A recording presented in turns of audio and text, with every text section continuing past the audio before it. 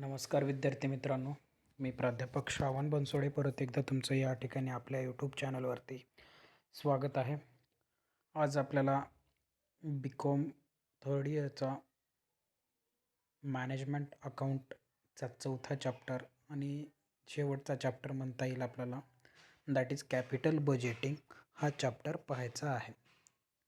Okay, तर सगळ्यात अगोदर हे चॅप्टर पाहत असताना लक्षात ठेवा शेवटचं चॅप्टर आहे. याचे प्रॉब्लेम्स आपण नेक्स्ट डेपासून घेऊया. तर कॅपिटल म्हणजे काय हे माहिती असायला पाहिजे. Capital is the blood of A business. कोणत्याही बिझनेसचा ब्लड किंवा रक्तप्रवाह म्हणून ज्याला ओळखलं जातं त्याला कॅपिटल असं म्हणतात. ओके, थोडी पण मोठा अर्थ सांगणारे definition. Capital is the blood of A business. Next त्याच्यानंतर कॅपिटल बजेटिंग म्हणजे काय, तर हे सांगितलेलं आहे. Capital budgeting is the process of making investment decision in long term assets or course of action. म्हणजे काय, तर फ्युचरमध्ये किंवा फ्युचर लॉंग टर्ममध्ये किंवा लॉंग टर्मच्या भविष्यकाळामध्ये जे आहे डिसिजन घेत असताना, इन्व्हेस्टमेंटचा डिसिजन घेत असताना तो कशा पद्धतीनं घेतला पाहिजे ते सांगणं होय. Capital budgeting is the process. ही एक प्रोसेस आहे. मेकिंग इन्व्हेस्टमेंट डिसिजन घेण्याची इन्व्हेस्टमेंट डिसिजन घेण्याची एक प्रोसेस आहे. कधीचे डिसिजन, तर फ्युचर ओरिएंटेड किंवा लॉंग टर्म असणारे डिसिजन घेण्याची एक प्रोसेस आहे. Capital expenditure incurred today is expected to bring its benefits over a period of time. म्हणजे काय, जर आपण आज कॅपिटल एक्सपेंडिचर करत असू, म्हणजे कॅपिटल एक्सपेंडिचर म्हणजे काय, ज्यानं तुमची प्रोडक्शन कॅपॅसिटी वाढते, ज्या एक्सपेंडिचरनं तुमचं बिझनेसची प्रोडक्शन कॅपॅसिटी म्हणा किंवा तुमच्या बिझनेसमध्ये असणाऱ्या असेटचं एक्सपान्शन होतं, त्याला कॅपिटल एक्सपेंडिचर म्हणतात. आणि जर आपण आज कॅपिटल एक्सपेंडिचर करत असू तर ते फ्युचरमध्ये लाँग टर्म बेनिफिट द्यावे असं आपल्याला वाटत असतं. कोणालाही वाटतं, साहजिक आहे. कुठेही कशामध्ये इन्व्हेस्टमेंट करा, फ्युचरमध्ये जास्त फायदा हो असं वाटतं की नाही तुम्हाला, तर डेफिनेटली वाटतं. आज इन्व्हेस्टमेंट करताय, आज इन्व्हेस्टमेंट का करताय तुम्ही, भविष्यामध्ये तुम्हाला त्याच्यापासून काहीतरी रिटर्न भेटावे म्हणून. अगदी सेम बिझनेसमध्ये सुद्धा आज कॅपिटल एक्सपेंडिचर करतं बिझनेस, बट त्यांना काय वाटतं, फ्युचरमध्ये हे एक्सपेंडिचर केलेले जास्त बेनिफिशियल ठरावे या दृष्टिकोनातून करत असतं business. These expenditure are related to the acquisition or improvement of fixed asset. आणि हे एक्सपेन्सेस आता सांगितलं नवीन असेट परचेस करण्यासाठी किंवा स्वतःचे जे काही एक एक्झिस्टिंग असेट आहे तिचं एक्सपान्शन करण्यासाठी वापरले जातात किंवा इम्प्रूव्हमेंट करण्यासाठी. सपोज एक मशिनरी आहे, मशिनरीचा एक पार्ट खूप खराब झाला, निकामी झाला, कुचकामी झाला, तर तो पार्ट बदलला, त्याच्या जागी दुसरा पार्ट, नवीन पार्ट टाकला, झालं हे सुद्धा कॅपिटल एक्सपेंडिचर. ओके, चला, याच कॅपिटल एक्सपेंडिचर म्हणायचं. आणखी एक तुमच्या ह्याच्यासाठी उदाहरण सांगतो. मूवी थिएटर आहे, मूवी थिएटरमधले सीट ज्या आहेत त्या सीट काय झाल्या, एक एक 4-5 सीट खराब झाल्या. कशाने झाल्या माहीत नाही, पण खराब झाल्या, तर त्या जागी असणाऱ्या दुसऱ्या नवीन सीट टाकल्या, तर हा सुद्धा एक्सपेंडिचर म्हणजे कॅपिटल एक्सपेंडिचर होय. ओके, तर कॅपिटल एक्सपेंडिचर म्हणजे एक्झिस्टिंग असेट आहे त्याच्यामध्ये काहीतरी वाढ दाखवणं होय. Capital budgeting is the planning of expenditure and benefits which is spread over a number of years. It is a process of deciding whether or not invest in a particular project. एक capital budgeting फ्युचरमध्ये जर आपल्याला जास्त beneficial ठरते का नाही हे decision घेण्याची क्षमता किंवा डिसिजन घेण्यावरती डिपेंड असतं.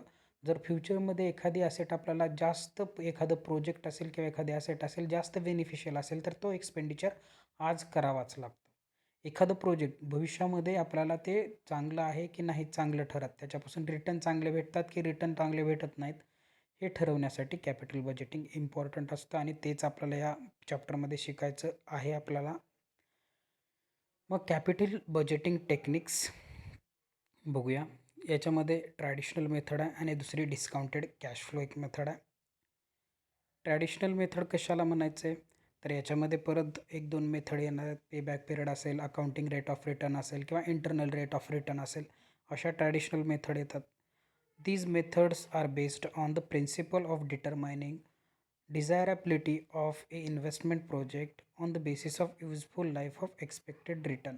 हेच सेम तीच मेथड आहे भविष्यामध्ये कितीपर्यंत आणि कधीपर्यंतही आपल्याला रिटर्न देऊ शकते. त्यावरती असणारा पे बॅक, जे आपण आज इन्व्हेस्टमेंट करतोय, पे करतोय त्या ॲसेटवरती, ते आपल्याला कधी बॅक करणार आहेत, कधी रिटर्न करणार आहेत, हे काढण्यासाठी लागणारी मेथड म्हणजे पे बॅक पिरियड होय. आता उदाहरणासाठी जर तुम्हाला सांगितलं तर त्याचा फॉर्म्युला दिलेला आहे तुम्हाला. कॅश किंवा original cost of product divided by annual cash flow. Suppose एक उदाहरण घ्या पे बॅक पिरियडसाठी. आपण आज 50,000 इन्व्हेस्टमेंट केली एका प्रोजेक्टमध्ये. मग 50,000 इन्व्हेस्टमेंट केली. ॲन्युअली त्या 50,000 इन्व्हेस्टमेंट केल्यापासून ॲन्युअली आपल्याला एक 20,000 रुपये रिटर्न होतात. 20,000 रुपये प्रत्येक वर्षी भेटत असतात. तर पहिल्या वर्षी पण 20,000 भेटले, दुसऱ्या वर्षी 20,000 भेटले, तिसऱ्या वर्षी 20,000 भेटले. मला सांगा 50,000 कोणत्या वर्षात रिटर्न होतील? पहिल्या वर्षी 20,000 नाही रिटर्न झाले, दुसऱ्या वर्षी 20,000, पहिले 20,000 आणि हे 20,000 40,000 रिटर्न झाले का? नाही. त्याच्या पुढच्या वर्षामध्ये 20,000 60,000 झाले. म्हणजे तिसऱ्या वर्षामध्ये हे असेट पे बॅक पिरियड या असेटचा कंप्लीट होतो. ओके, यालाच म्हणायचं पे बॅक पिरियड. सिलेबसला नाही तरीही तुम्हाला सांगतोय. मग याचे मेरिट सांगितलेले आहेत. One of the most earliest method of evaluating the investment. It is simple to understand. It is does not involve any cost of computation the payback period. It is one of the widely used method in small industry sector. It can be computed on the basis of accounting information available from the books. These are the merits. Okay, payback period चे demerits, प्रत्येक गोष्टीला demerits असतात. This method fail to take into account the cash flow received by the company after the payback period. It doesn't take into account the interest factor involved in investment outlay. आता आहेत भरपूर सारे, बघून घेऊया नंतर, तुम्हाला पाठवतो याची PDF. नेक्स्ट आहे accounting rate of return, that is ARR.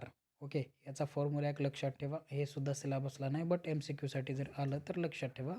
Average net income after taxes divided by average investment. Okay, average कसं काढायचं? टोटल इन्व्हेस्टमेंट भागाकारात 2. हे असं लक्षात ठेवा. सिलेबसला नाही. डिस्काउंटेड कॅश फ्लो, याच्यामध्ये नेट प्रेझेंट व्हॅल्यू मेथड आणि internal rate of return method आणि प्रॉफिटॅबिलिटी इंडेक्स मेथड, जे की आपल्या सिलेबसला आहे. Profitability index method. ओके, याचा फॉर्म्युला काय? Present value of future cash flow divided by investment. Okay, तर यावरून आपल्याला नेट प्रॉफिटॅबिलिटी इंडेक्सचे क्वेश्चन पुढच्या लेक्चरमध्ये घ्यायचे आहेत. खूप खूप खूप सिम्पल असं चॅप्टर आहे. फक्त तुम्हाला डिसिजन घ्यायचं आहे की प्रोजेक्ट ॲक्सेप्ट करायचा की नाही. आज आपण 2 प्रोजेक्टमध्ये इन्व्हेस्टमेंट करणार आहोत आणि भविष्यामध्ये कोणता प्रोजेक्ट सुटेबल आहे. ॲज अ मॅनेजमेंट अकाउंटंट तुम्हाला सांगायचं आहे की हा प्रोजेक्ट फ्युचरमध्ये खूप बेनिफिशियल राहणार आहे, त्याच्यामुळं तो प्रोजेक्ट प्रिफर्ड करा, सिलेक्ट करा. एवढंच डिसिजन घ्यायचं आहे आणि खूप सोपे क्वेश्चन आहेत. लक्ष देऊन उद्यापासून पहिला लेक्चर अटेंड करायचं, बाकी काहीही नाही. ओके, चला थांबूया. उद्या आपण याचा फर्स्ट क्वेश्चन पाहणार आहोत. धन्यवाद.